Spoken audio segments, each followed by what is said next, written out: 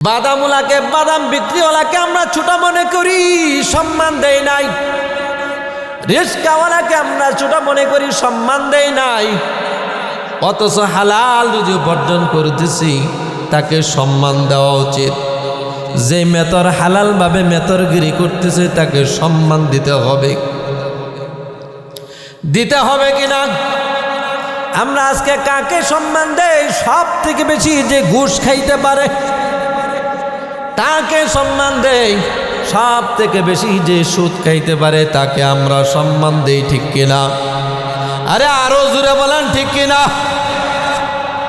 যেই লোকে কলম খুঁজা দিয়া সরকারি টাকা মারতে পারে ওই লোককে আমরা সম্মান দেই, কিন্তু বাদামওয়ালাকে সম্মান দেই না, রিস্কাওয়ালাকে সম্মান দেই না, হালাল ব্যবসায়ীকে সম্মান দেই না। অথচ আল্লাহ বলেন ওয়ালাকাদ কাররামনা বানি আদম, আমি আল্লাহ প্রত্যেকটা বনি আদমকে আমি আল্লাহ তাআলা সম্মান দিয়েছি। সুবহানাল্লাহ। এ মুসলমান, আল্লাহ ওই দিন বলবে বান্দা আলাম মুকাররিমকা, আমি কি তোমাকে সম্মান দেই নাই?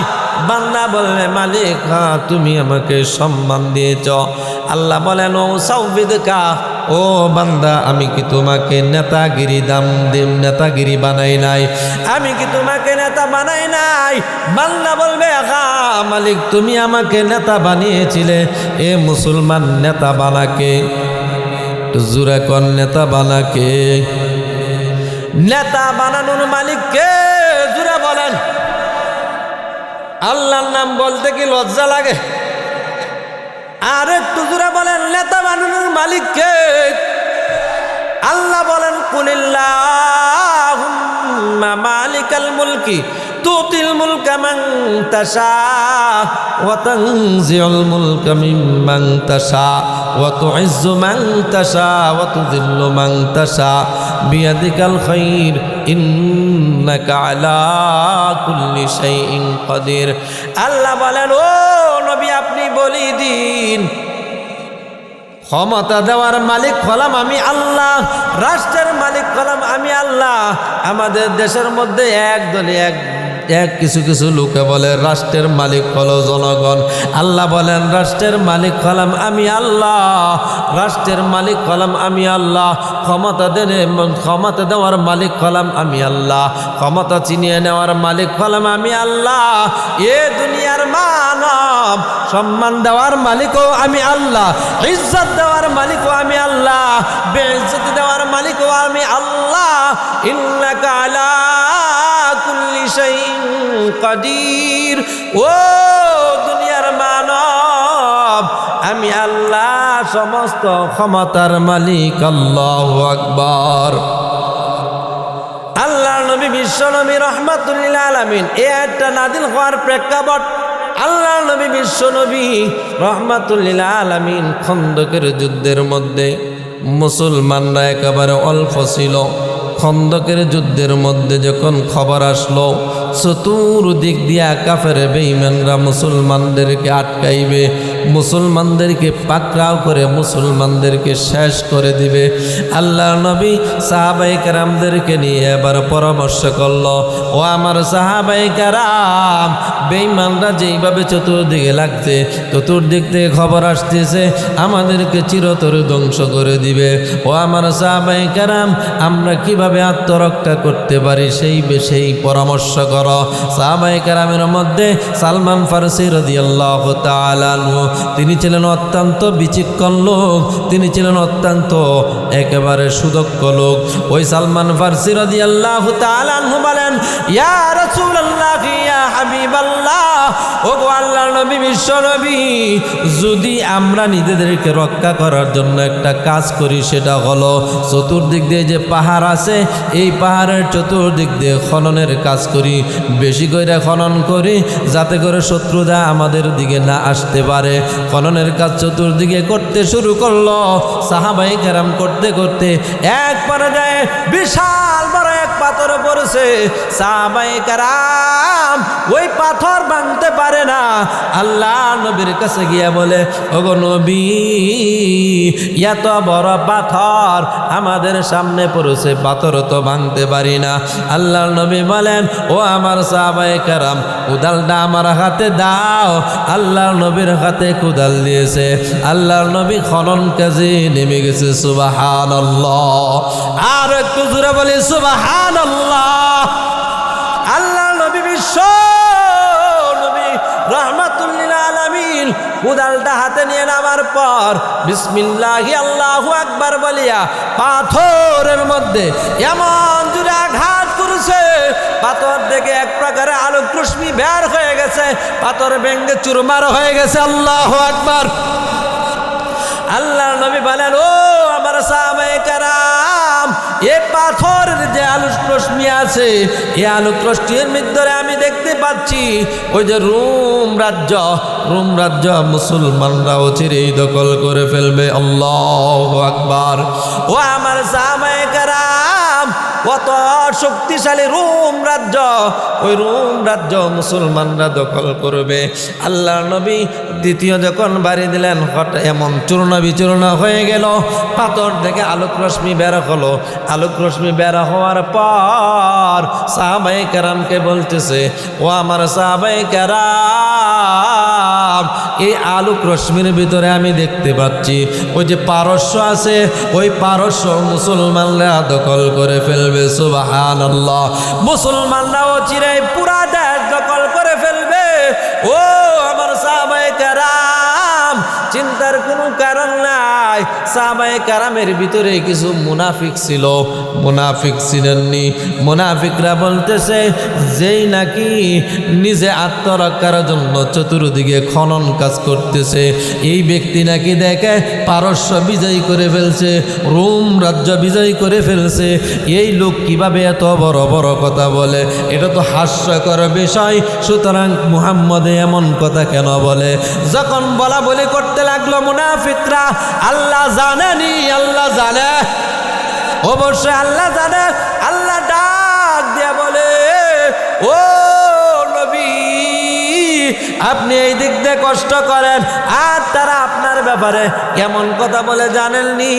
নবী, আপনি তাদেরকে বলে দিন, মুনাফিকদেরকে আপনি বলে দিন, কুলিল্লাহুম্মা মালিকাল মুলকি তুতিল মুলকা মান তাশা। নবী, আপনি বলে দিন, পৃথিবীর মালিক হলাম আমি আল্লাহ। আল্লাহু আকবার। এই কারণে মুসলমান ভাইরা রে আমার, জনগণ দুনিয়ার মালিক নয়, মালিক হলো আমার আল্লাহ। পৃথিবীর মালিক কে? আমার আল্লাহর। এই জমিনও আমি আল্লাহর, এই পৃথিবীও আল্লাহর, আইনও চলবে আল্লাহর। আল্লাহ বলেন, জমিন আমার, পৃথিবী আমার, আইন চলবে আমি আল্লাহর। যদি পছন্দ না হয় তাহলে দুনিয়া থেকে বের হয়ে অন্য কোথাও গিয়ে সেরে তুমি কাজ করো। কোনো মুসলমান বা কোনো ব্যক্তি দুনিয়া চাইরা অন্য কোথাও গিয়ে সেরে আমল করতে পারবো নি? নিজ ইচ্ছাই করতে পারবে? কখনো নয়, কখনো নয়। আল্লাহ বলেন, জমিন আমার, আইন চলবে আমি আল্লাহর, অন্য কারো আইন চলতে পারে না। মুসলমান ভাইরা রে আমার, আল্লাহ নবী, বিশ্ব নবী রাহমাতুল লিল আলামিন বলেন, ও আমার সাহাবায়ে কেরাম, আল্লাহ তাআলা ওই দিন ওই ব্যক্তিকে বলবে, ও জাবিদিকা, ও বান্দা, আমি কি তোমাকে স্ত্রী দান করি নাই? বোঝা গেল স্ত্রী দান করা মালিক কে? আর একটু জোরে বলেন, স্ত্রী দান করার মালিক কে? আল্লাহ বলেন, স্ত্রী দান করার মালিক। এই কারণে যুবক ভাইয়েরা, আমি বলতেছি, যারা এখনো বিবাহ করে নাই, সবসময় আল্লাহর কাছে চাইবা, আল্লাহ ভালোটা দিবে। রব্বানা হাব লানা মিন আজওয়াজিনা ওয়া যুররিয়াতিনা কুররাতা আইনিন ওয়াজআলনা লিল মুত্তাকিনা ইমামা। এই দোয়া বেশি বেশি করবা, আল্লাহ দেখবা তোমাকে ভালো স্ত্রী মিলাইয়া দিবে, ঠিক কিনা? স্ত্রী দান করার মালিকও হলো আল্লাহ। এমন কিছু যুবক আছে যাদেরকে ভালো স্ত্রী দান করার পরেও স্ত্রীর প্রতি সন্তুষ্ট না, আছে না নাই? জুড়ে বলেন আছে না নাই? এ মুসলমান, হঠাৎ করে এক বাড়িতে কড়া আঘাত করছে দরজার মধ্যে। কড়া আঘাত করার পর বাড়ি উলার আগে এবার চেতে গেছে, খেপে গেছে। কিভাবে বলে, মাত্র কাজ করে বাড়িতে ঢুকলাম, আমার বাড়িতে এসে দরজার মধ্যে করাঘাত কি করছে। কিন্তু যে করাঘাত করছে সে বলে, আল্লাহ মালিক আমাকে কিছু দান করো, আমাকে কি করো, কিছু দান করো। এবার ওই বাড়ির মালিকে বলতেছে আমাকে কিছু দান করো। দেখ ভিক্ষুক সময় গময় নাই, স্ত্রীরা ছিল ভালো, স্ত্রী কি ছিল ভালো। ওই মালিকে আবার ধমকাইতে শুরু করলো, ভিক্ষুককে ধমকাইতে শুরু করছে। আসে না এরকম দেশ? তো ভিক্ষুককে ধমকাইতে শুরু করছে। স্ত্রী ছিল ভালো, স্ত্রী বলতেছে আগে ভিক্ষুকের আশা পূরণ করো, কারণ আমি আমার বাবাকে সব সময় দেখছি সে ভিক্ষুকের আশা আগে পূরণ করেছে। সুতরাং তুমি তো ভালো মানুষ হতে পারো না, বরঞ্চ তুমি ভিক্ষুককে কি করতেছ, হেনস্থ করতেছ, গালিগালাজ করতেছ। এভাবে গালিগালাজ করা তো ঠিক নয়। স্ত্রী এই কথা কেন বলল? স্ত্রীকেও তালাক দিয়ে দিল। বের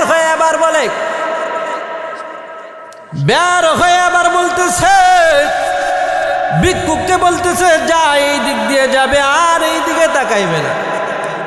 স্ত্রী আবার আল্লাহর দরবারে চোখের পানি ফেলে, আল্লাহর দরবারে কান্দে আর বলে, মালিক, এ বাড়ির মালিক যদি আমাকে ইচ্ছা করতো, তাহলে ভালোভাবে বলতো, তাহলে তো আমি আসতাম। আমি তো তার কাছে কোনো জোরাজুরি করি নাই, ভিক্ষা চাওয়ার জন্য তার কাছে তো আমি জোরাজুরি করি নাই। এইভাবে যখন বলতেছে মালিক আমার একটা আবদার তোমার কাছে, মালিক রে তুমি আমাকে কেমন ভিক্ষুক বানাইলা, একবেলা ভিক্ষা না করলে আমি আমার সন্তান পালতে পারি না, সন্তানের মুখে খাবার দিতে পারি না। ও মালিক তুমি আমাকে কেমন ভিক্ষুক বানাইলা, আমি আমার মার মুখের মধ্যে খাবার দিতে পারি না, একবেলা ভিক্ষা না করলে। ও মালিক কেমন ভিক্ষুক তুমি আমাকে বানাইলা, আমি আমার স্ত্রীর মুখে খাবার দিতে পারি না। মালিক রে কেমন ভিক্ষুক তুমি আমাকে বানাইলা। ও মালিক তোমার দরবারে আমি দোয়া করলাম, ও মালিক এই লোকটা আমার মনের মধ্যে কষ্ট দিয়েছে, মালিক তোমার কাছে আমি বিচার দিয়ে দিলাম। ওই লোক, ওই মালিকে আবার বাড়ির মালিক এই দিক দিয়ে স্ত্রীকেও ছেড়ে দিয়েছে। স্ত্রী বলতেছে এখন যদি আমি বাড়িতে যাই, আমার ভাইও হয়তো বা আমাকে দেখতে পারবে না, আমার অন্য বাতিজা বাস্তি তারাও আমাকে দেখতে পারবে না, বাড়ির কেউ দেখতে পারবে না। আমি এখন কি করতে পারি? এখন তো এই জায়গার মধ্যে থাকাও সম্ভব নয়। এই বলিয়া সে তার গাট্টি গোল করিয়া বাবার বাড়িতে চলে গেল। বাবার কাছে গিয়া বলে, বাবা আমাকে আমার স্বামী আমাকে ছেড়ে দিয়েছে। বলে কেন ছেড়েছে? বাবা যখন বলে কেন ছেড়েছে, স্ত্রী আবার বলতেছে, বাবা আমি শুধু এতটুকু বলছিলাম ভিক্ষুককে কেন গালিগালাজ করো, আমার বাবা তো কোনোদিন দেখি নাই ভিক্ষুককে গালিগালাজ করতে। এই কথা বলার কারণে আমাকে সে তালাক দিয়েছে। বাবা বলে, ও আমার সন্তান, চিন্তার কোনো কারণ নাই, চিন্তা করার কোনো প্রয়োজন নাই। ও আমার সন্তান, আল্লাহ এর থেকে আরো ভালো মিলিয়ে দিবে, হয়তোবা আল্লাহ এর থেকে আরো ভালো মিলিয়ে দিবে। ও আমার সন্তান, কোরআন বেশি বেশি করো, কোরআন বেশি বেশি পড়ো, হাদিস বেশি বেশি পড়ো, বেশি বেশি করে আল্লাহর জিকির আজকার করো, হয়তোবা দেখবা আল্লাহ তাআলা তোমার জন্য এর থেকে ভালো স্বামী মিলাইয়া দিতে পারে কিনা, এই কারণে মুসলমান ভাইরা রে আমার, স্ত্রী চাওয়ার জন্য, স্ত্রী পাওয়ার জন্য চাইতে হবে কার কাছে? আল্লাহ ওই দিন বলবে, হে বান্দা ও সাব্বিদকা, আমি কি তোমাকে স্ত্রী দান করি নাই? মুসলমান ভাইরা রে আমার, ওই মহিলা বেশ কিছুদিন পর মহিলার বিবাহ হয়ে যায় এক বাড়িতে। বিবাহের পর ওই বাড়িতে হঠাৎ করে একদিন স্বামীর সাথে খাবারের ব্যাপার এবার আলোচনা করতেছে, বসে বসে আলোচনা করতেছে। বসে বসে আলোচনা যখন করতেছে, হঠাৎ করে এক ভিক্ষুক এসে হাজির। ভিক্ষুক হাজির হওয়ার পর এবার ওই ভিক্ষুকে ডাক দিছে, বাড়ির মালিককে বলতেছে আমাকে কিছু দাও। ভিক্ষুক এভাবে যখন বলছে, মালিক এবার বলতেছে,